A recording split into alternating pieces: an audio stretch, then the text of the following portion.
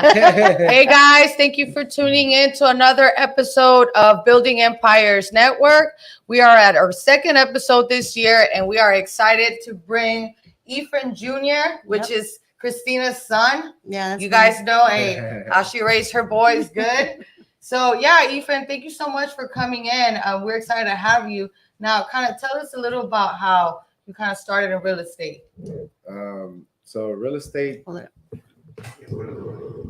Yeah, so starting off in real estate, of course, my parents are in real estate, so kind of just follow the trend and just set different levels. You know, the new generation always has to come up with the new trend. You gotta step it up to the next level. You can't just stick to the same old paper and book. So I love that. So paper and book is good to an extent, but credit lines and all that's very important. Mm-hmm. Cash is king, was king, not no more. Paper is king. So yeah. Credit lines is definitely where it's at. And getting in with the banks is definitely where it's at. It's probably I've been flipping houses probably for the past 3 years, and I got in right in time, like during COVID and all that. Mm-hmm.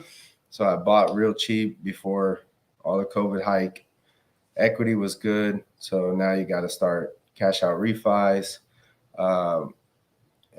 You're going to count your losses on the flips that you sold, and now the equity went up a lot higher, but you can't keep them all. So you gotta keep moving them. Yeah. As far as family business, that's been another growth. Started doing that since we were 18. When I was about 18, I took over on the sales department. Nice. And expanded from 1 store to now 9 locations. It's been a lot of work. So the main thing is waking up every day and going to work. So there's no fairy tales where money grows on trees. You got to go get it yourself. So there's no other way. Nice. And I know you said that you expanded those stores and when you were 18. So what were the things that helped you or that you implemented in your parents' business that helped you do that? That helped me expand the stores is pretty much like I said, you know you got to have the new generation that comes out. You got to set the new goals. Nice. You know your family, your parents, they put it there, and you know they get tired, but that's where your kids come in, and they got to really take it to the next level. And then the next level is a lot of critical thinking and making it happen, not just sitting there thinking, what if? No, just do it. You have to do it.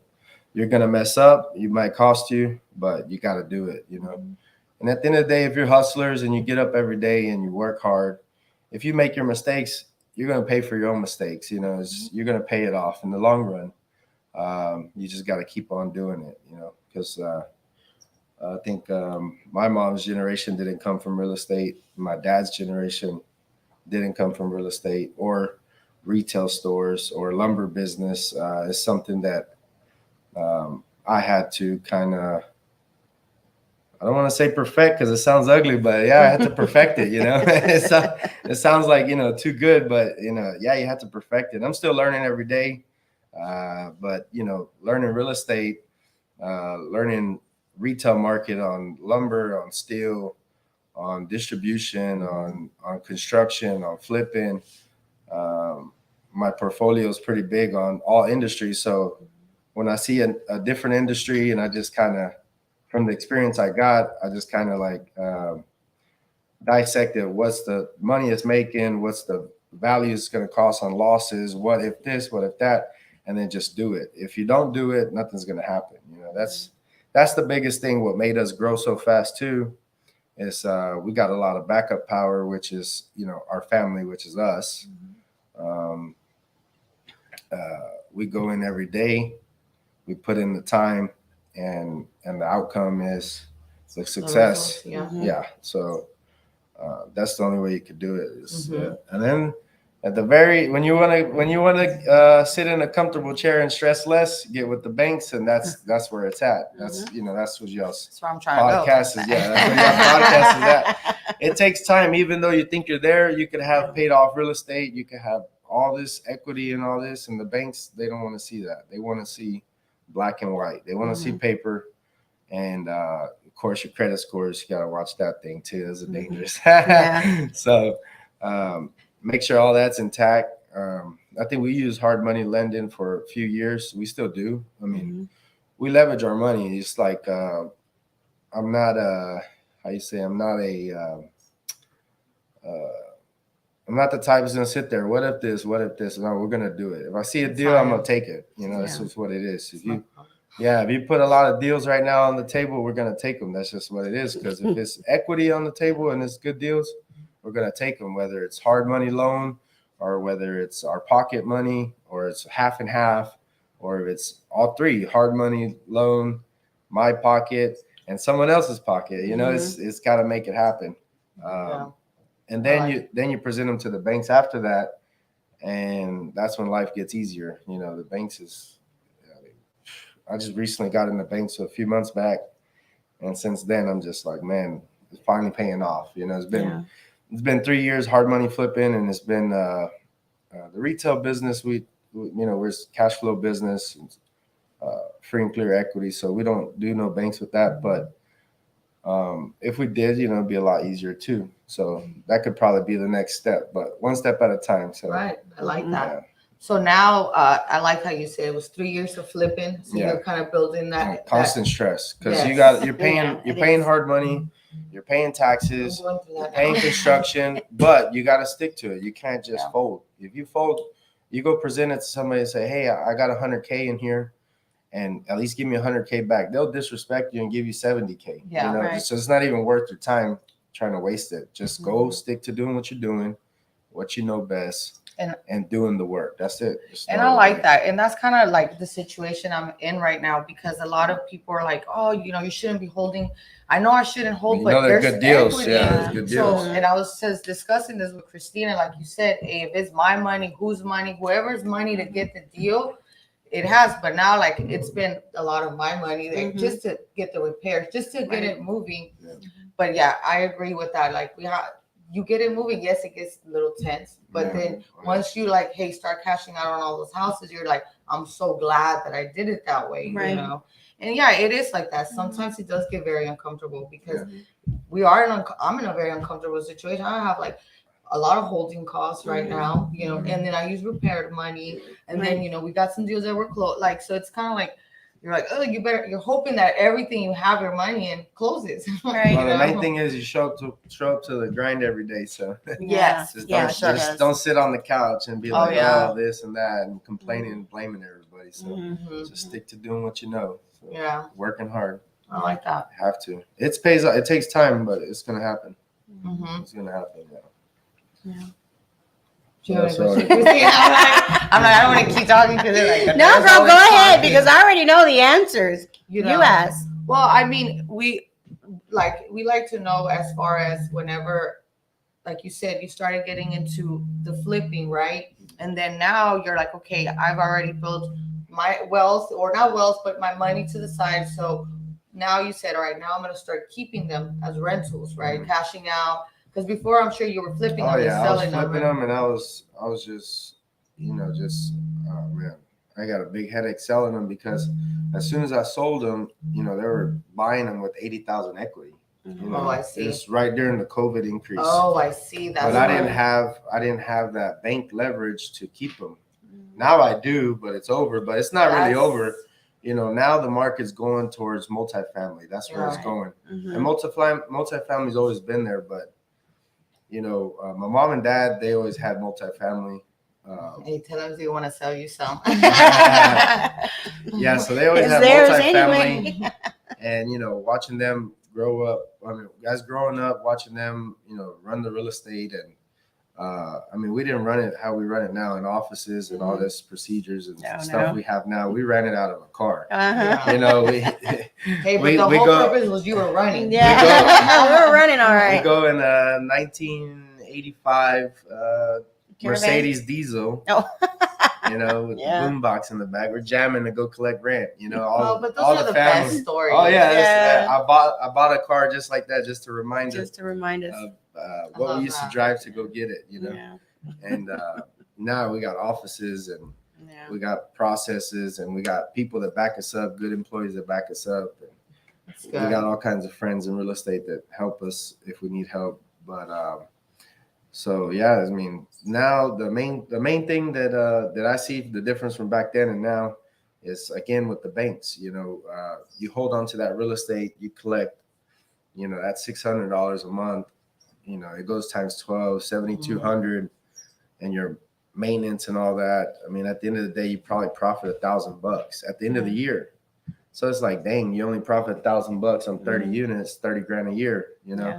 It's not no money. Where the money's at is having that paperwork and using the cash out refi, pulling that equity and making moves. Making better moves or good deals. If you find 30 units for 150 grand, 50,000 a door, that's a come up, but not all the time that happens, but it's there. It happens. I picked up 8 units in Houston for $350K and I rented them out, no problem. It was in a Spanish community area. They have no problem paying rents. And those deals are unheard of, because anything 8 units is $800,000. Is $100,000 a door. Right. So now that I'm in relationship with the banks, I could pull the equity out and go make another move. That's the good thing about it.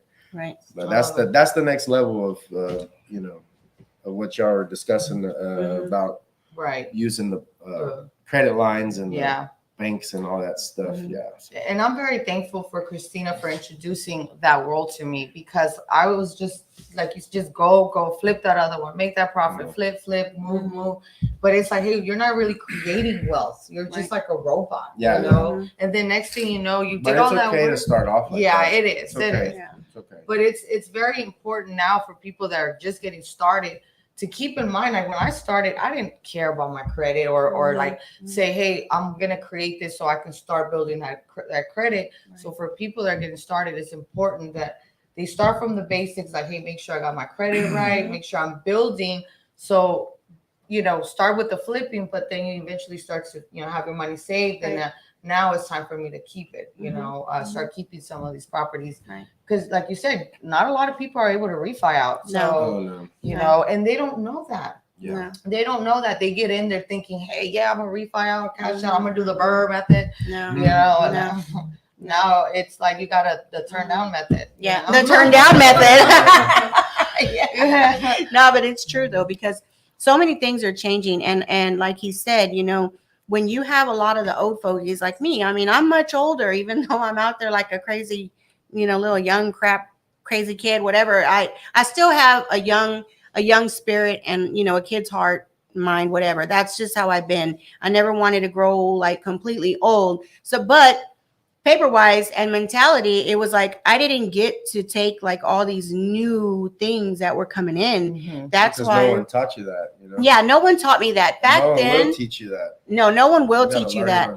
You have to learn it. So when we started going into it was like 2012 when we started going into the wholesale game. I think the wholesale game is what brought us up all the way up, because we acquired so much so cheap, that now we have a lot of equity to leverage out. That's why I said, if I want to be any kind of queen, it's going to be an equity queen, because I want to make sure that my money is pawned in my benefit, not into anything else. So when I go to refi and do those things, I can pull enough money out. Right now, they're not lending over 70-75%. They're trying to really go at 70 and 65%. And what can you do? What if you can't even pay off your first lender or your first mortgage? Then what? You're stuck. So getting into these properties right now with the hard money lenders, it's easy. Getting out. Getting out. And then you want to make sure, and you want to make sure that they don't, call it due, or they won't reinstate it, or whatever the deal is. Then you're like stuck. What am I going to do? You're going to have to fold and take it. And that's just what happens because of the fact that you have no choice. And right now it's like, if you're not careful, you're fixing up these properties. And I mean, hard money lenders are going to have some nice properties, because they don't want your properties. No, they don't want your property. They want the note. They want the cash flow. We've been real good with our private money lenders. We've been really good. Right on time. Hey, honestly, they're the first people I pay every month. Yeah. And it's up there. It's over 10,000. Yeah. But you know what? Yeah. It feels good because I'm like, I got them out the way. Right. And then, obviously, then, that's what we're always eating noodle soup. Yeah. But no, it feels like it's good. Even Yeah. though they're moving, but Yeah. whenever they stack up, those holding costs can definitely stack up. Yeah, but in our experience with what we hit, and that's where my daughter-in-law Daisy walks in, and she does a lot of, the accounting and stuff. But where we started wrong, and it was because we always did everything. I was going through the closet, and I'm going to share it later. I was going through a closet, and my rent roll was on one of those old ledger sheets, and my rents were 230, 250, 200 in the same buildings that I have today that are 1,000. So it's like, shit, like it's really changed. Wow. So much has changed. I went to the grocery store the other day and freaked out because everything has gotten so high. Expensive. It's like, what the hell? Like, am I in a bubble?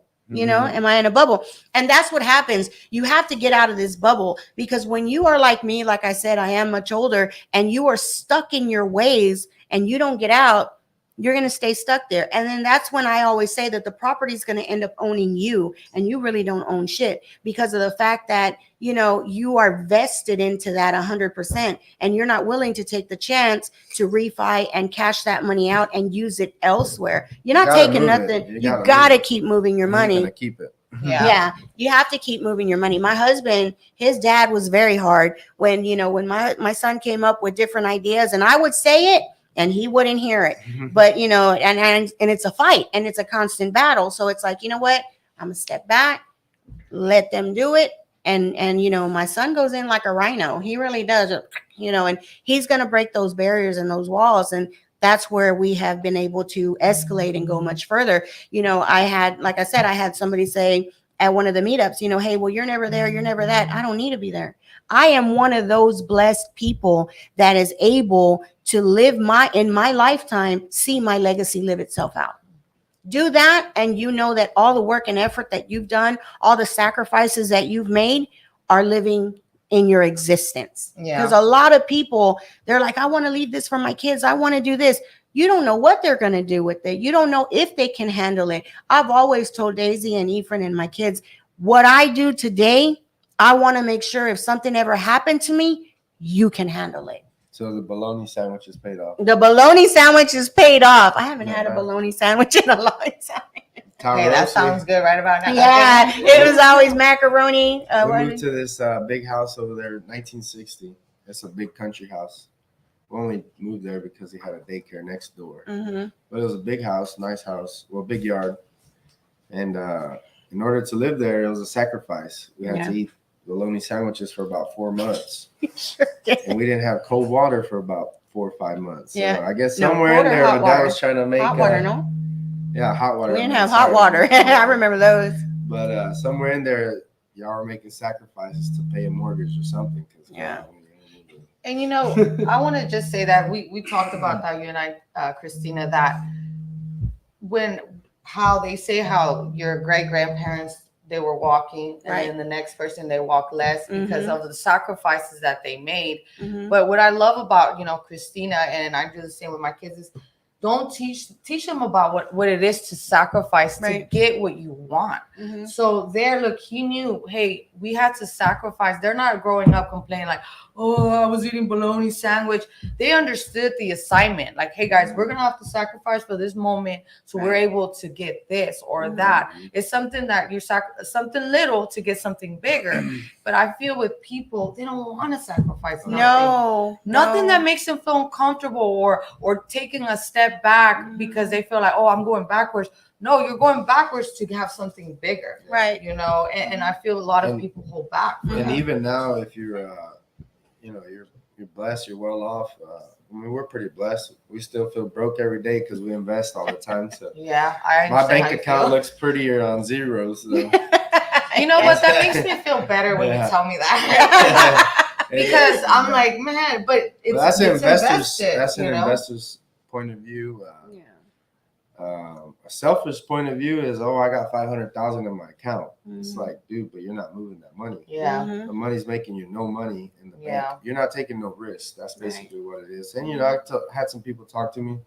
well over 30, 40 plus years in the banking business experience tell me, hey, you need, 500,000 in your bank for reserves. I was like, dude, I would never have 500,000 in my bank reserve because I'm gonna have it invested. That's where the money's at. Yeah. As long as you're disciplined, you got to wake up every day and hit it hard. My biggest plus is, my wife helps me out a lot on the accounting side. I just do all the messy work, just bring her the bills. So, and then the family business, same thing. We got everybody there. We had a store fire recently. All my brothers stepped up. Everybody was there. So, that's the biggest thing is basically I'm not by myself. Nobody's by ourselves on this side over here. So, even if you are by yourself, you can still make it happen on a smaller scale. And just little steps and just keep growing, Like you said, you're at $10,000 a month and this and that. That's be at $1 million. That's a hefty start off on the hard money side, but at the end of the day, if you're buying them, a house, good. You're buying $100,000 house for 30 grand, 50 grand, 60 grand. That's Andrea's beast. She goes. I don't get myself into something I know. I always do worst case scenario, and if worst case scenario I'm still good, then I'm good. You know? So no, even though it's like people pay these seminars to go to. It's not talking down. I'm just telling you what it is. People go to the seminars. They pay the seminars. They do the hard money loans. They do this step, that step, and then they pay their cut to the seminar. And they made 10 grand, they did it for 8 months or whatever. So if you do the same thing and you make 30 grand, shit, you still made more money. It's just the way you look at it. Right. Even though you're anticipated to make 80 grand, but you didn't because you carried the note too long or whatever happened or extra costs on the construction or this bill happened, shit's going to happen. In real estate and life in general, stuff's going to happen. So even if you still positive something, you're not doing bad. And so same thing with the seminar people. They half those, not half, but most, they're probably like venturing off from a 9-to-5 job to try and get into real estate, which is a good thing. So even if you're making 5,000 positive, 8,000 positive, it's the experience that nobody could take from you. Exactly. I agree. I feel like if you're learning and you're making money, you're winning. Because even if at the end of the day you broke even on it, you learned. Yeah. So when God throws you another deal and you'll be ready. Yeah, you'll be ready to take all the equity without any losses. You might have little losses, but not big losses. Right. Because to learn, it costs. If I can add up the cost of how much it costed to get here, it's expensive. It's way more than a seminar. So stick to the and that's what happened to me when I started real estate. I learned. I lost a lot of money on my first flip, even close to 100,000. So that was a big ass. So, but from there, I made sure that never happened again. Right. And, and you knew how to make sure it didn't. Yes. So it's kind of like I took that first hit right when I started, and it was like, here's pretty much your seminar right here, and that helped me. But that experience is way better than a seminar because you're hands on. You're hands on. You're not sitting on the couch thinking. Right. No, you're doing it. You're action. So once your body gets that repetition, your mind gets that repetition, it can't be taken away from you. That's just. Look at all these big successful guys. Ain't nobody gonna take away what they got because they know how to keep it again, and they know how to get it again. Keep it and get it again. They're not gonna lose it. They know how to keep it. Yeah. And they got all these number games on the news. This guy lost this much money. This guy lost that much. These guys make so much money. They can make one move and make all the money back. People just putting them out there, paparazzis. Yeah. No, but and that's why where you do lose money is when you're losing focus. You're doing when you're doing all the bad things. So when you're losing focus, that's when I haven't bought an old school car in 2 years. So so I had to get my mind right. I can't buy no classic car and this and that. I'm gonna buy this real estate, that real estate. So I had to be ready for those notes and for that punch. Because if not, if I'm still doing my habits, which my habits is buying classic cars, then I won't be able to focus. So you have to stop your habits. My dad used to always have this say for my brothers, like, you will never lose women chasing money, but you will lose money chasing women. Sure. So they always felt like, who am I chasing right now? So it's true. like you said, once you lose focus, you're losing the money already. Oh yeah. And then you can focus to an extent where 6 days a week you're working and 1 day with your family because you got to balance it out. That's my schedule. It sounds bad because there's a lot of time taken away from my kids and my family, but I got to do it. I got to sacrifice to get to the next level. Because you can't go backwards, Right? Not where we came from. So we're not. I don't want to eat bologna sandwiches and take cold showers. Every new house that I buy, I put a brand new AC system, brand new plumbing, brand new electrical. I don't have problems, thank God. And that's just because the experience we grew up, sacrificing my parents had to do to get to here, and then you value those things, And then speaking back to values with new generations, if I'm well off, I can't spoil my kids rotten either. So they got to learn values too. And I got 3 daughters and one on the way. My oldest is 7, the second is 6, and my third one is 3. And the 3-year-old is spoiled as hell. I ain't gonna lie. Just because she looks just like me. That's she why. does though. I finally got 1 out of 3 that looks like me. So, but the 7-year-old and the 6-year-old, they understand, values of money. That's where it starts off because it sounds ugly. Everybody says money is root of all evil. Try not to pay your light bill on time. See what Right. Yeah. So try not to go buy food at the meat market or whatever to eat. You're going to starve. So you need money to do it. It's bad, but it is what it is. You got to do it.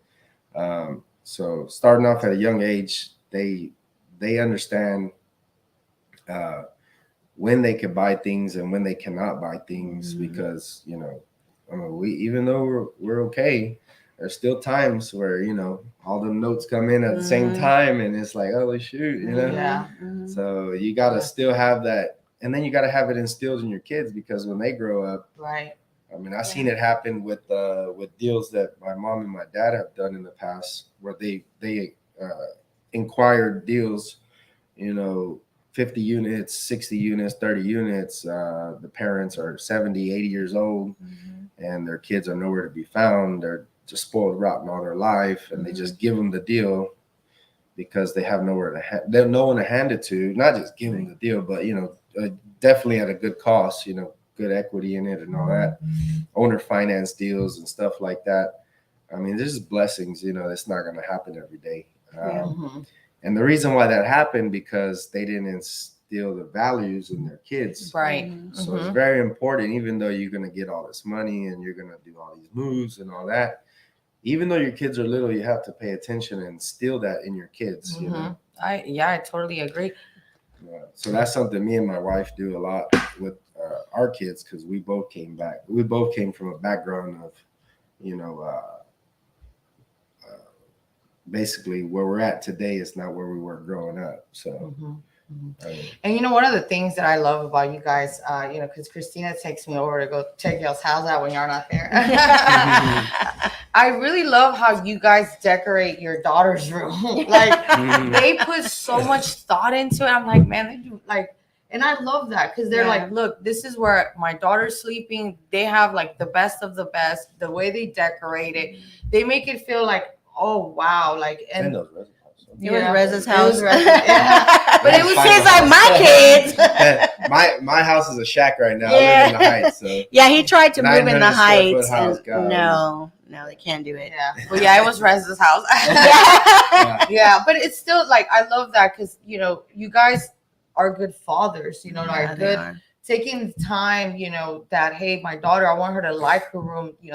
Spend time into it. That means a lot. Right. It kind of just tells you where you're at on your standpoint. And you got to talk to them the values of what they got. They got to understand what they have. Right. Very, very fortunate. Right. And we have girls, all girls. They're gonna be spoiled. As shit. But man, you guys don't know what kind of team you guys have because girls we make it happen. Oh yeah. I have. I run the stores, operations, all the stores. So. Hiring and firing. I haven't done that in a while, but we had a solid team the past 3 years after I restructured it a little bit with the as far as with the employees. So the past 2-3 years, we had a very solid team. and 95% of them are girls. So, and they're just awesome. You know? Yeah, they're beasts. Yeah, the girls are awesome. I mean, you think girls have drama, guys have drama. God, yeah, guys do have more drama. I do. Yeah, I agree. Jeez, Lord. I'll be like, the sales guy be like this, that. I'm like, dude, can you just come in here and they sell don't shit? figure out. They can't figure things like they can't think but for themselves. right now we have good sales guys and we have good sales women, so real good. Yeah. So yeah, I know what you're saying about powerhouse on the girls. I know. I believe that. Yeah, I believe it. I'm happy I have all girls because I told my wife, I was like, I don't want a boy. This fourth one was coming out. She was like, I want a boy. I was like, I hope it's another girl because I'm already used to it and I already see it. You know, the genetics. The girls are like fast. The guys are slow thinkers. That's just how it goes. It's just the truth, you know. And I'm just like, man, with all this business I'm gonna have, I need some fast thinkers. I need more girls. I need more girls. More girls. That's funny. So. But they're very different. Chloe, I think, is more temperamental, like her grandma. She looks like her dad, but she's a lot like me. Her temper is all over the place. And but it's really funny seeing them all grow up. They're all different. Oh, yeah. And they all look different. And it's funny. You got a little white one, a curly-headed dark one. But I don't know, man. I just know the times you were gone. I just know the third one's gonna be spoiled. I don't know about all the other ones. That's funny. They don't look like me, so I don't know. Go call your daddy. No, but it's crazy because they're very stuck together. These girls are something else. The other day they were playing with my hair. You know, your grandma. I was lying down. I'm telling them comb my hair. They're like, "Can we put makeup on you?" I said, "Sure." So I'm lying there, and they're putting makeup on me. And Sophia went and drew a mustache, and Penelope's like, "Don't do that. I'm gonna tell her." And then the little one, which is the 7-year-old, she's like, "You can't tell. You can't be a part of the club if you tell." She's like, "Yeah, that's definitely your daughter." Yeah. And then Penelope's like, "But it was wrong." And Sophia's like, "You don't worry about it. You're not wearing the mustache." Oh my God. And they thought I was asleep because I was like acting like I was asleep, and I'm listening. And Penelope said, "Okay, fine. I'm not going to say anything, but I'm not going to be here when she wakes up."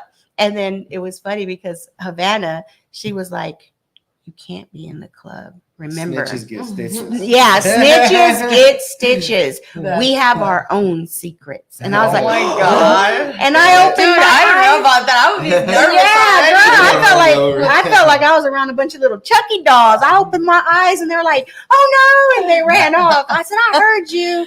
Like, I didn't say nothing. Funny. I'm like, man, like they're tough girls. They're very tough girls. And then as they're young. I spoke to a couple older friends. I got older friends. I'm 29 and most of my friends are probably 40 plus, 50 plus, 70 plus. Because your mom is my only friend. Those are my friends, you know, and they're business friends. You know, we do hang out sometimes, but we got a lot of work to do, so it's kind of hard to hang out a lot. But speaking of family, you know, I'm always discussing my family, my kids, and all that stuff, and my wife, and you know they're older, so I'm like, hey, what, you know, this, that, whatever, and they're like, man, the way they are growing up when they're little is exactly how they're gonna be when they're older. Oh my God! So my oldest one, she's the comfortable one, so she's like, all right, I'm not leaving the house till I'm about 35. I know my dad's gonna give me a Black American Express card anyways, and you know I'm gonna have my own house and my own room and whatever the heck, you know. The middle one, Havana, that's the go-getter. She's just like me. She wants to build 100 hardware stores. I just found this out 2 weeks ago. We were passing by a news store, and then my oldest says, "Oh my God, another one!" And then my second oldest says, "We're gonna build 100 stores." She just shouted out. And then my third one was just grumpy because it was like 9:30 at night. We were driving by. She was just mad. She had Christina lies right there.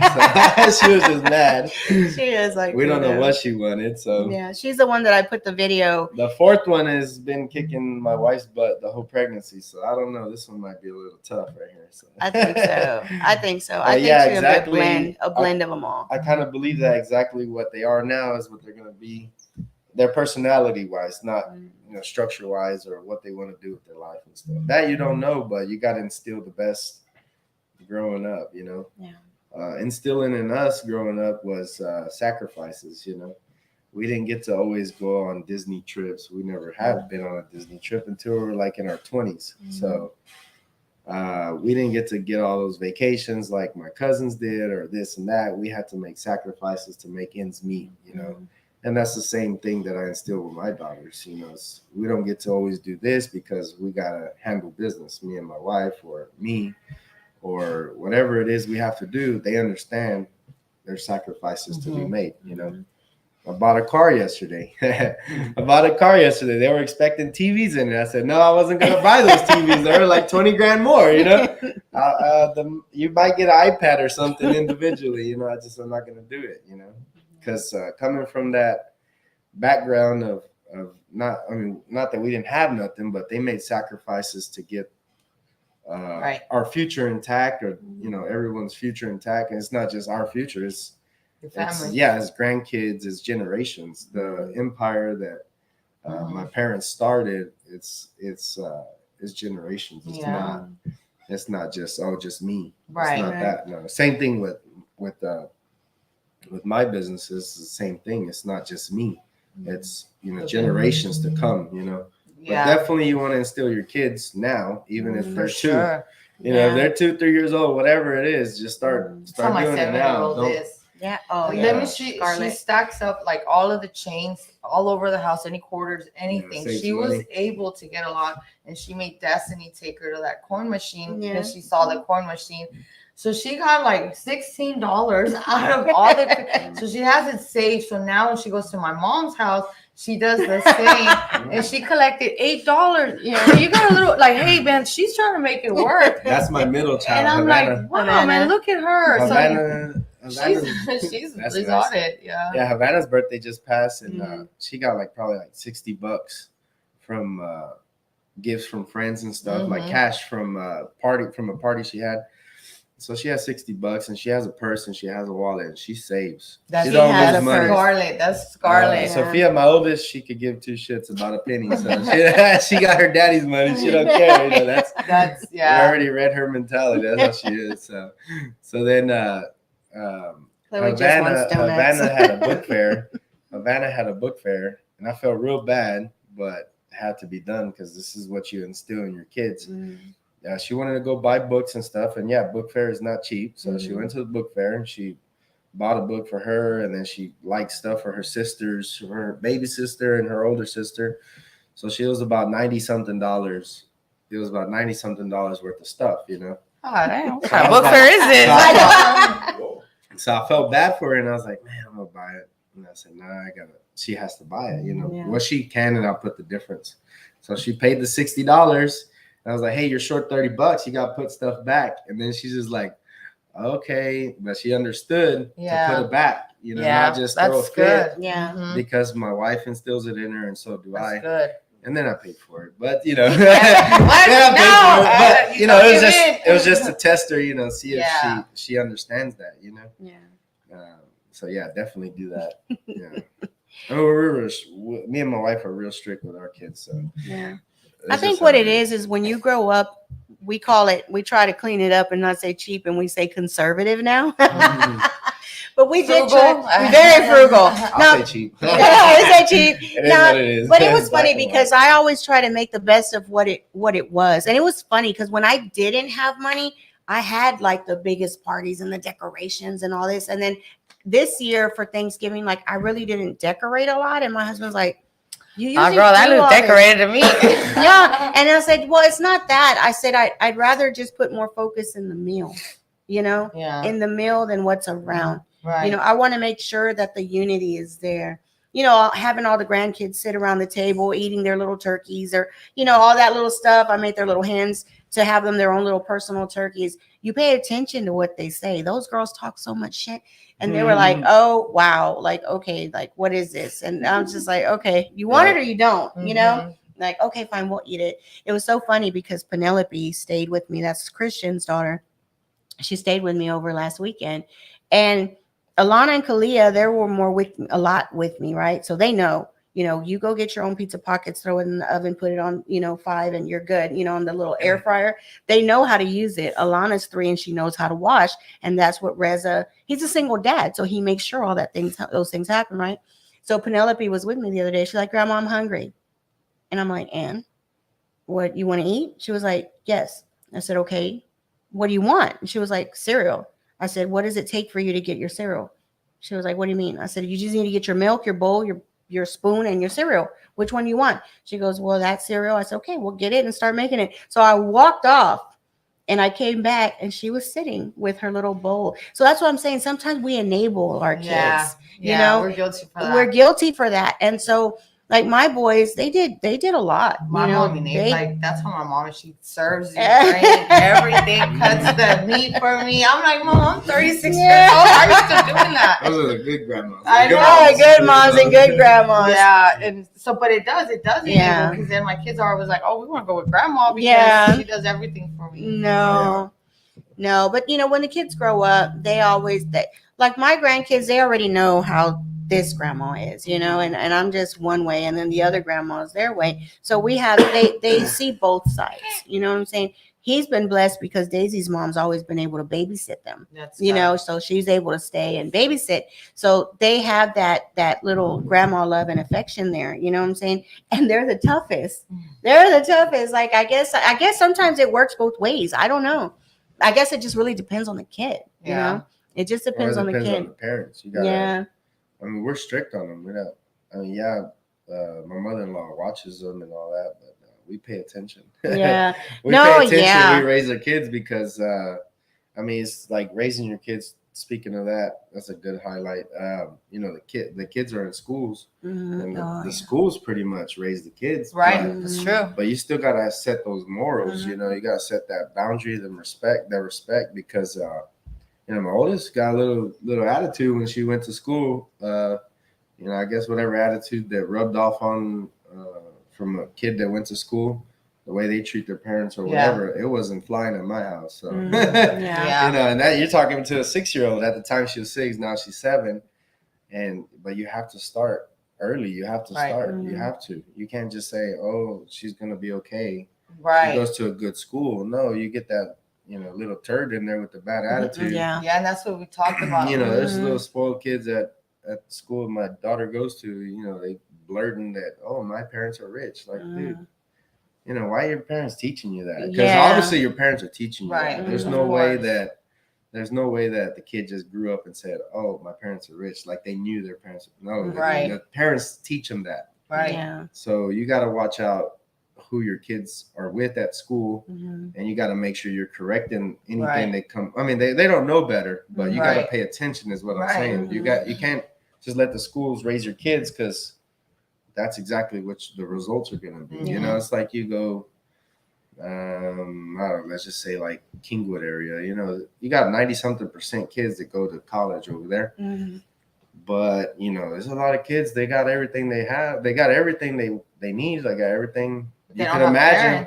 And some of them have parents, but then they get hooked on drugs and that's it. Well, I have my kids. I have my daughter, she's 18, but when she was like 17, 16, like she was like, Mom, a group of friends of girls are going to go rent a beach house with boys and girls and we're going to spend the night. I'm like, heck no, I'm not going to let you go over there. And my parents didn't let me. But I'm like, I already know what's going to happen over there. And the thing is, it's like, those other parents are like, hey, here, go ahead, use my house, bring all your friends and all of that. And they don't care. They're just trying to get the kid out of their sight. Just don't bug me. Here it is. Yeah. And I'm like, I'm not. And so they feel that, oh, you're the strict one. But in all honesty, those other parents don't give a shit. Especially, I'm not going to let my daughter, 16, 17-year-old, go with guys at a beach house and spend the night. Come on. It might as well just already throw her to the wolves. You know? And it's just like, I'm not judging nobody how they do it, but what does that tell you? Like, well, I don't care. Go ahead. I mean, as a parent, you already know what's going to happen, right? And you're by saying okay, you're okay with that happening. Now you have to be strict with your kids, boy or girl. You have to, especially girls. Yeah. I got all girls. And watch what they watch on TV, though. I remember he had to take who was it? Sophie off of what was it? Caillou. Yeah, Caillou. He was watching a cartoon and throwing fits and doing stuff, and I was like, let her watch. And he was like, no, you don't know what it is. And I was like, damn. And it was Caillou. I know Caillou. With those temper tantrums. Oh, Caillou did. Like, I remember girl, it's already that. in your blood. Don't do that now. Yeah, because they were watching that. Save that when you need it, Yeah. No, that is true, because like I was telling Christina too, on Netflix they put a lot of those like shows that the girls are depressed. You gotta watch, They're on bipolar, so then they make your kid think that they're depressed and they got bipolar and all that.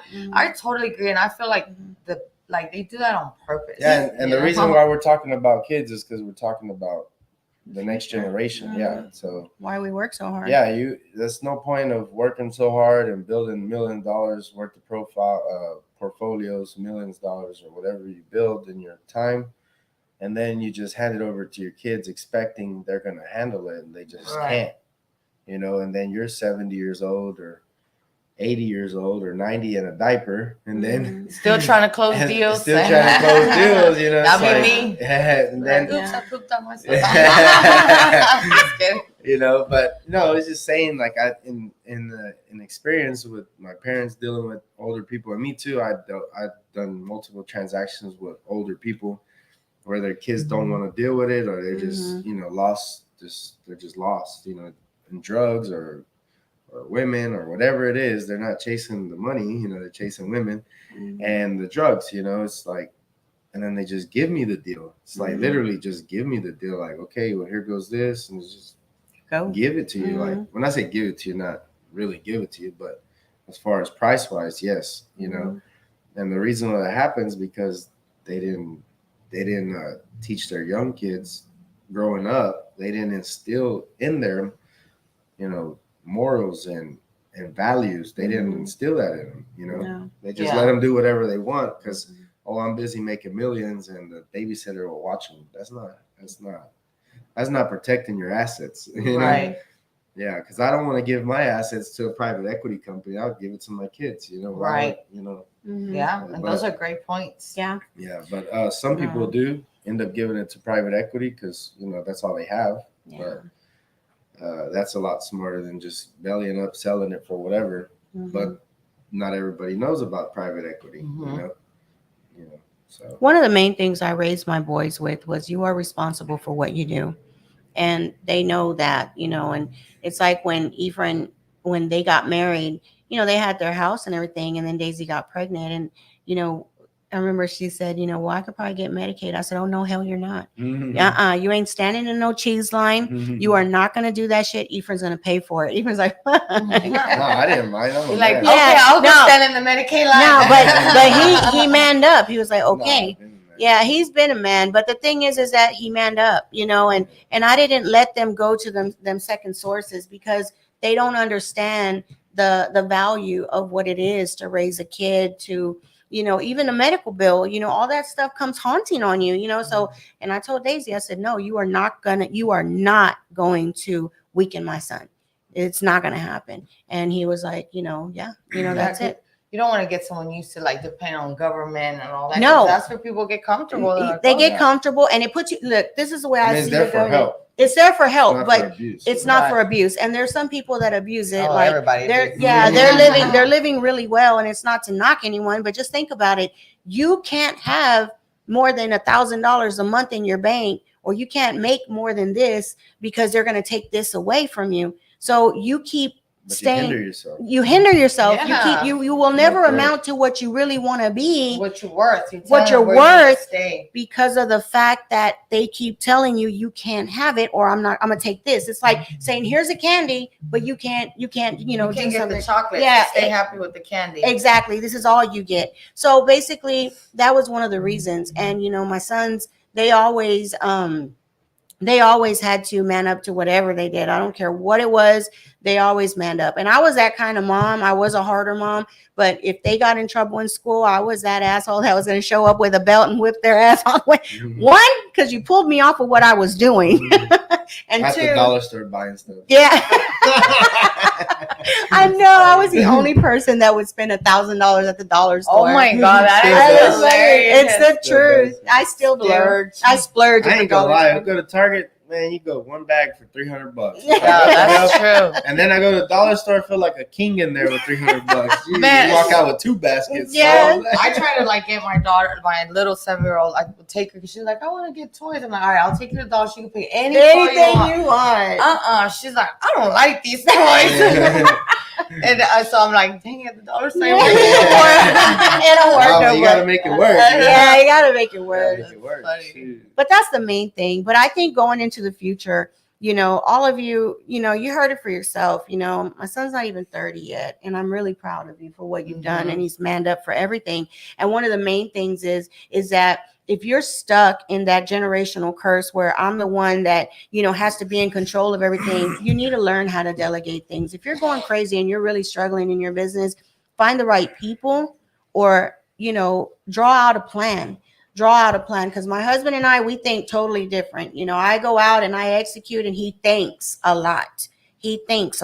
So then, I stuck it in his pocket and there he goes, do whatever it is. Because the fact that there's going to be certain people that bring more and you have to let them do that. If I wouldn't have let my son make some of the decisions that, he's made and push his dad to do it, well, guess what? We wouldn't be this far. We would not be this far. It's like, it's always just been me, my husband, and my brother-in-law, and I'm the only one that had kids, with my husband. My brother-in-law didn't have kids, right. So it was like my kids were the ones that we leaned on ever since they were little. Yeah. He played football, they did things, but it was kind of sad when you're not able to actually always be in the stands. Right. I remember I went to a couple, but there's some moms that are able to be there all the time. Yeah. But I think I sometimes, as a parent, you dwell on it like, oh my God, I didn't. But look where in the fuck we're at. Right. Now now you will be able to enjoy it because we took that sacrifice. And I'm a big believer that, strong moments create strong people, and if people don't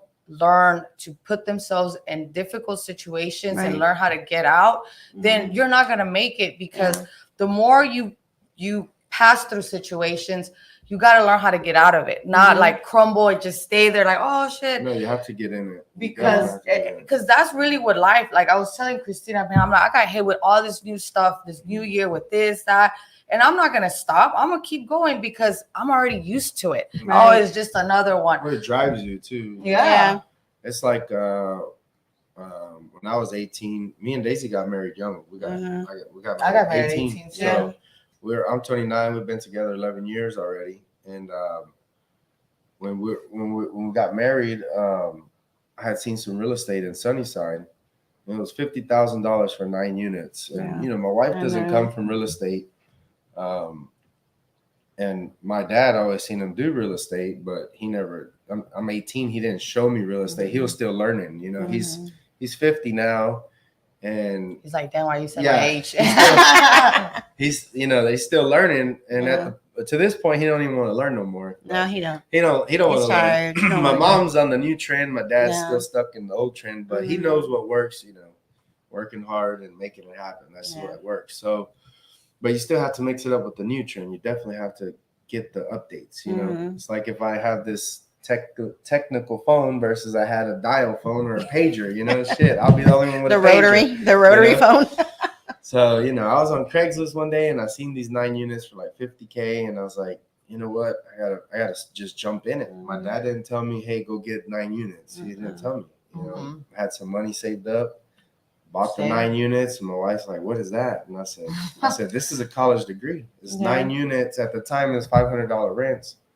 I said, man, this is a college degree. People go to college to make this money in a year. I said, this is a lifetime. It's gonna have it. Generational wealth. Well, I see my mom and dad have units, so I'm like, well, shoot, I'm just gonna jump in and start buying units. They weren't set up where they're like, oh, son, here goes extra money. Go do it like this, or here, son, this is what you need to go invest in. Or don't worry if you fuck up, we'll got your back. Like, we were all struggling. They were trying to make mortgages, trying to keep the gas on to have hot water. It was a lot of struggles that they were going through, and that didn't stop me from jumping into more struggles. So I jumped in right away, and me and my wife went over there every time after work or on the weekends, fixed up the buildings little by little.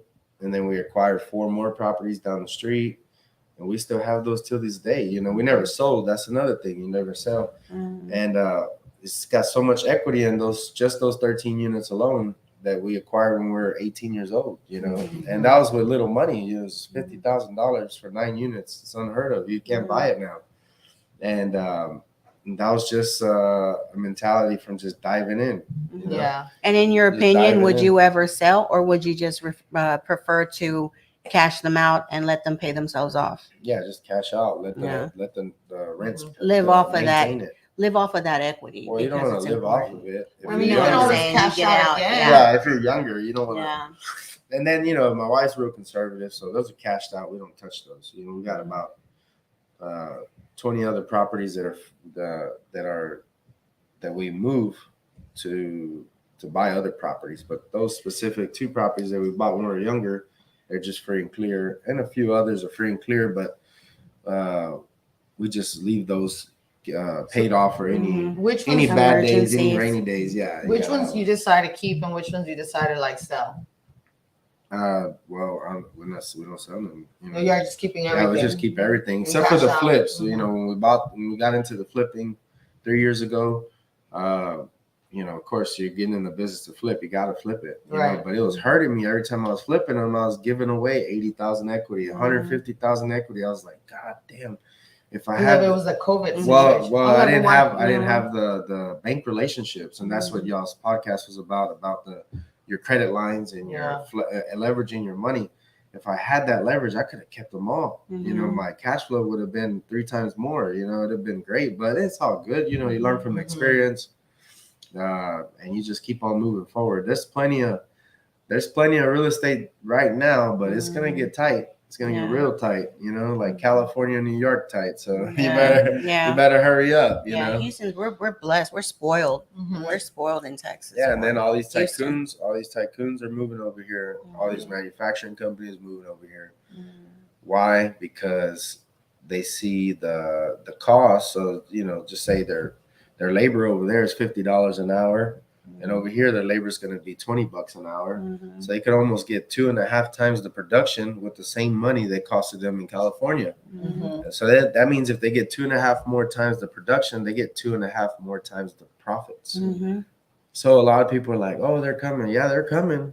Y'all be ready to work. Yeah, be ready to work. Be ready to work, because you just saw eggs go up to $9. You know? Oh, eggs? Yeah. Eggs is $9. It was $1.99, $2.99. Now it's $9. Dang. I never even pay attention. I just buy it, but I mean, Yeah. because I feel like at the end of the day, what are you going to do? You can't really do. Yeah. No, you can't. But if you sitting there just not Buy doing chicken. nothing, Well, that's I was when just it's gonna hurt say you. that, like, Yeah. you know, inflation went up. People were like freaking out, which, you know, you should. But I'm not. I'm like, okay, if that went up, then how can I go up? You know, Yeah, so you have to go up. so you have to now. It's our job. I mean, no, that's where it gets uncomfortable for people, right? Because they're like, you're freaking out that eggs are going up. I'm trying to figure out how I'm gonna go up. Exactly. You know, so and that's where I feel a lot of people are getting like stuck. They don't want to make no move. They're scared. They're No, scared. you gotta move it. You know, and this is the time, you know, like I was telling Christina, I'm like, yeah, it gets uncomfortable. We got houses that are there on the market, and you know, I mean, where they're gonna sell. We gotta wait until they sell, but they're gonna sell. So, and some people don't make no moves because they're like, oh, this, that. Just know your niche. You know where to stay. And there was a good niche in the real estate, single family houses, but man, it's tough. Yeah. It's really tough. The market right now, the only thing that's selling is anything over $1 million, because rich people, they still got money. You know, rich people are buying $1 million plus houses. So if their note goes from 15,000 to now 20,000 because of interest rates, they don't care. They still got money. Yeah.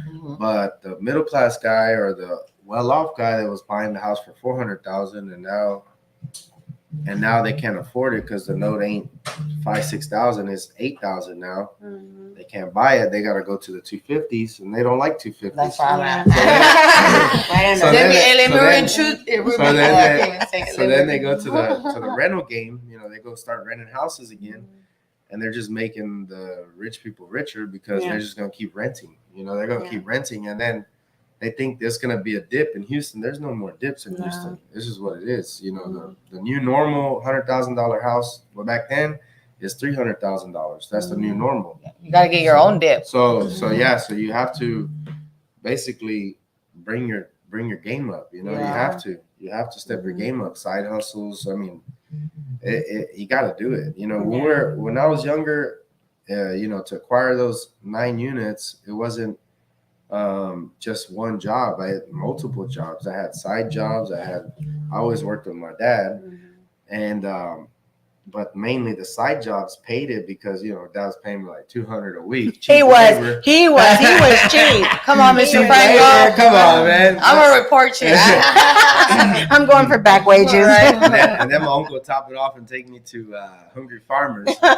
We'll work till 10 o'clock at night or midnight. We'll be up since 6 in the morning till midnight. But anyway, so when I have little side hustles, you know, my side hustle was installing water heaters and repairing water heaters. You know, I make like 30K, 40K in a month and a half, 2 months, like during the winter. Yeah. And that's how I was able to acquire that, you know, not just sitting on my ass at home, just waiting on the same check. It's not going to happen. You know, your boss ain't going to just give you a raise. He don't got all the money in the world either. You know, you got to figure it out. You know, you have to go get it. If you don't want to go get it, don't, you know, but if you do, go get it. You have to get up and go get it. You know, that's what it's all about. You know? Yeah. And then once you do have it, and while you're having it, make sure your paperwork is online. Yeah. Understand paperwork. That's very crucial. This whole meeting, you could go focus on making $1 million, but if you don't know how to handle that paperwork, you're gonna pay that $1 million right back in taxes. That's where I'm at right now. So you have to, you know, open your LLCs and stuff like that. Don't do DBAs. Open your LLCs from the day one, and learn business correctly. Run it right. You know, we dodged it a lot growing up, you know, with all type of things, but now it pays off. You have to do it. We need to do it, but we're able to do it now. You know, but if you're planning on making $1 million, learn how to do the paperwork. You know, you have to, because if you don't, just kiss that $1 million goodbye. You know, so that's. I think that is the one piece that's missing in the real estate niche, is that nobody is actually teaching it, because people would be more afraid. Active CPAs involved, or some kind of, if y'all have a network event, not just, you know, I have some friends that make, you know, $200,000-300,000 flipping houses, or not flipping, wholesaling houses, but they don't understand the paperwork side. So it's like, man, I've been there, done that, did all that work, and then you get to that, okay, I got all this money, we should be okay. We go to the bank. The bank says, you ain't worth nothing. Yes. You ain't worth nothing. If you got, you know, $2 million worth of real estate paid off, you still ain't worth shit if you don't have paperwork. Yeah. They don't care how much you got paid off. They need to see paperwork.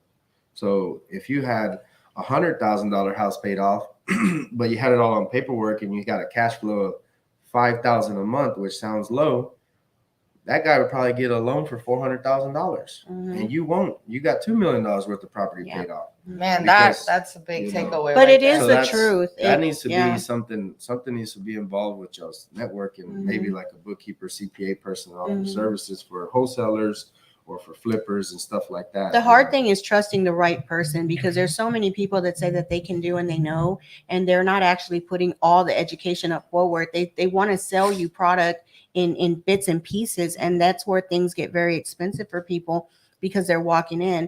You know, I heard somebody tell me the other day, you know, you need to start charging, you know, a whole lot more, because they can afford it. You don't understand. I've been an investor for so many years. I know what they can and cannot afford. You know what I'm saying? There was things that I really wanted that people with W-2 9-to-5 jobs could afford more than what I could even afford being as an investor. It was the time that I literally shifted the mentality and understand that credit means leverage, and you're leveraged, you know, meaning I could actually buy $100,000 house with putting $10,000-$15,000 down and not putting all my cash in there and let somebody give me $1,000 rent. Some people do that thing called double closing, where they put like a different sales price and stuff. And I just started learning that with I haven't learned that yet. But why you just learned that? I've been your mama for so many years. Not learning that yet, but I'm saying, as far as like bank relationships, you know, so I got bank relationship now. I could go buy something for $100K, and then the bank will pay me back after I buy it with the hard money lender or with my pocket money, right? but they'll only pay you loan to cost. They won't give you loan to value if it's 2 years or less. So not a lot of people know this stuff, you know. So you learn it as you go. So then I started thinking. So then I started when I showed you how we get the money out up in the front. Yeah, my mom always mentioned that. So that's where the double closing comes in. So instead of the sales price being 100,000, you put it at 180,000 because the bank's only going to give you loan to cost. Oh, I see. And you still need to be 20% invested. So imagine you go buy it for 100K and you're expecting the bank relation to give your 100K back. They're like, no, we still need you to put 20% in. Okay. So you're only going to get 80 back. So you just hindered your leverage. Your 20,000 cash that you had, you don't have it no more. Right. It's in that house. Right. So if you do that times 10, you're going to run out of money. Right. You know? Yes. So, but if you but if you do that double closing that you have said in the past, and now I know why you said it. I never done it because you didn't need to do it. But my husband's stubborn. But now it's something that I probably need to learn it with this new bank venture. So now if you up that cost, your loan to cost, and just say they give you the 180,000 loan to cost, but you still have to be 20% in. So 180 grand, 140. that's 36 grand. So you'll get the 144,000 he's going to give you back, the bank. So now you just got positive out of it, loan to value basically, but he don't know that because you did a double closing. Right. But I don't know how that works yet. But I'll show you. But the bank is lending you the money, like I say, it's in the note. Oh, I see. It's no, in the the bank. note. The bank is gonna pay off. So if I go buy a house for 180K, and it got good equity, right? You got to buy a good deal. You can't just go buy any house. The banks aren't stupid. They're still going to do appraisal. Right. What it is, and the appraisal is going to come in low. That's even more what it is. And you buy that house 180K with the hard money lender, and then you go to the bank and say, "Hey, I need to pay this hard money off, hard money guy off." So they're going to go do the appraisal, and they're only going to give you loan to cost. Right. If the appraisal comes back higher than your costs, it's got to come back at 250 or 225, which you got to be buying real estate at a good price. You can't just be buying any piece of real estate. So then they're going to give you your loan to cost back, but they're still going to want you to be in $36,000, which is 20%. Right.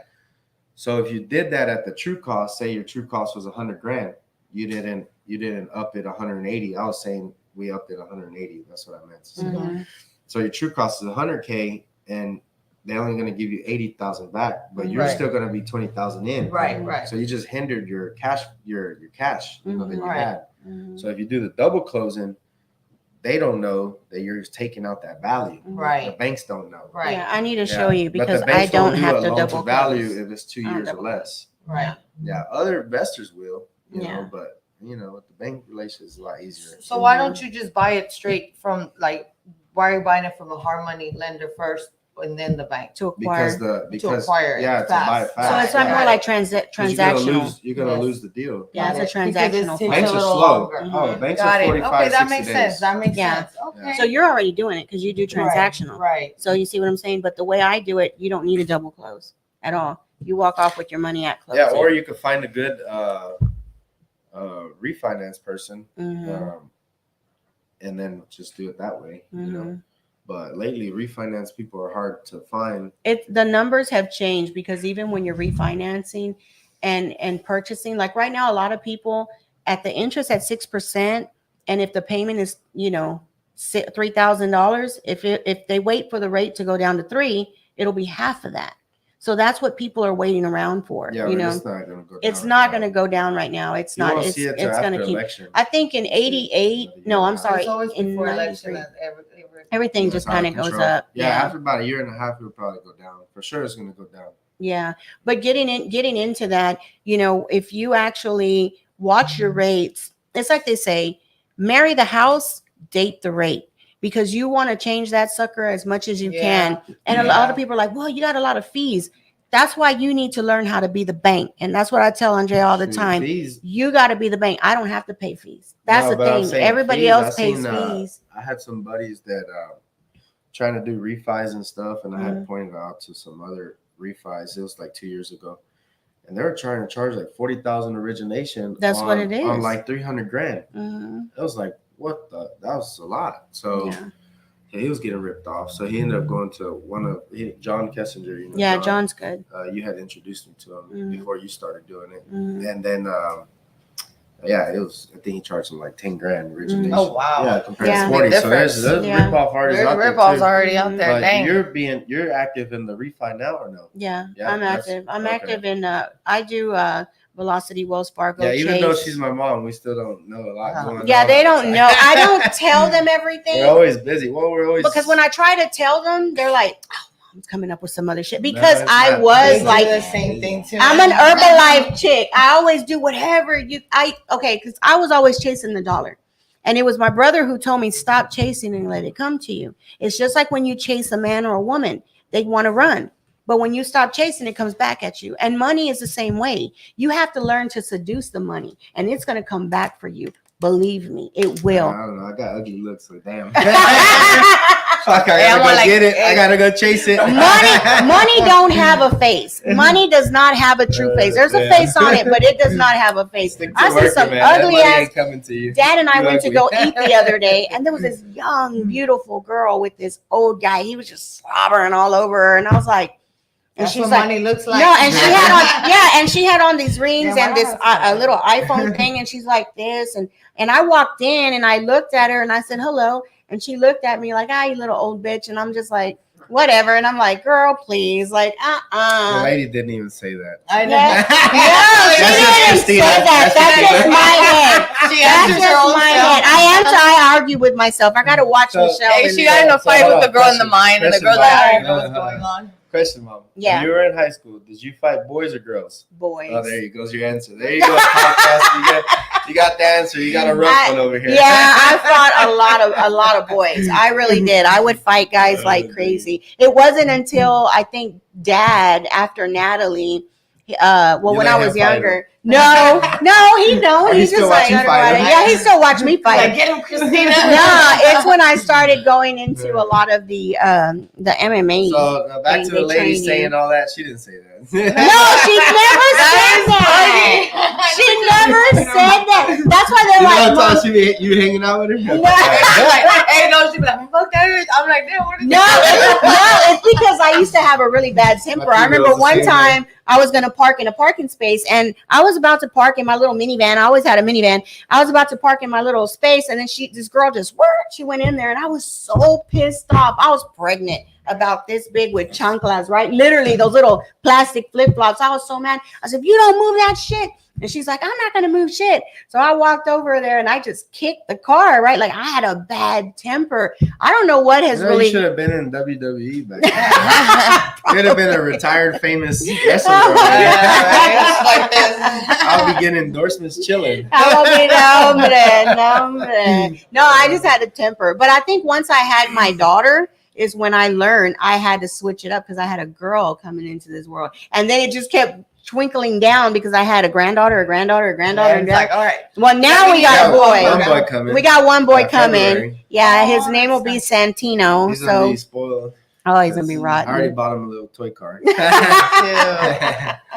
Whose baby is that? Chris, my Chris. youngest. Oh, yeah. I was like, wait. Yeah, he's like, I sleep with boots. I'm like, boy, shut up. Yeah, he's I all was like, over you it. want to borrow my boots? I was like, no, you wear. I was like, you wear a size 10, fool. I got 13. That's funny. Yeah. Keep your boots over there. Yeah, but guys, I really appreciate you, tuning in with us. I'm about to go head out. I got to go do the meetup, so I'm going to be there talking about building and leveraging your credit, changing up your credit, building business credit. So you're active now on the refis and Yeah, stuff? I'm active. I've been Okay, active. so Yeah. there you go. There you go. Yeah, and so my That's your company. refi plug right Yeah, there. my company is Global Financial Lending, but you'd have to just inbox me and we can talk about that. I don't really publicize it a lot because when I'm really working with somebody, I work so hard with that person. Like I took one guy, he came out with he's like, I have $47,000 to invest, and now he's over 400,000. So that's why I take it very personal who I work with, because I want to make sure you are going to be vested in as much as I'm going to put into you, because if not, I could just be at the store working. you know. Right. But I like doing it. It's something that We're I at the enjoy. dollar store We're at the dollar store buying things. $1,000 worth of dollar store stuff. Hey, they're gonna kick her out. Be like, "Ma'am, you're buying the whole damn store." Yeah, they're gonna limit me. You know, Christina that's Franco probably gets why limits. we never opened the dollar store business. 'Cause I'll take it home. We'll be out of business. Don't get high on your own supply. We'll be out of business. All right, guys. Love y'all. Thank you. Andrea, you got anything to say? No, make sure you guys show up to the class, guys, because definitely if you guys want to get your money right, you need to get with Christina. We can talk. Talk to you later. All right.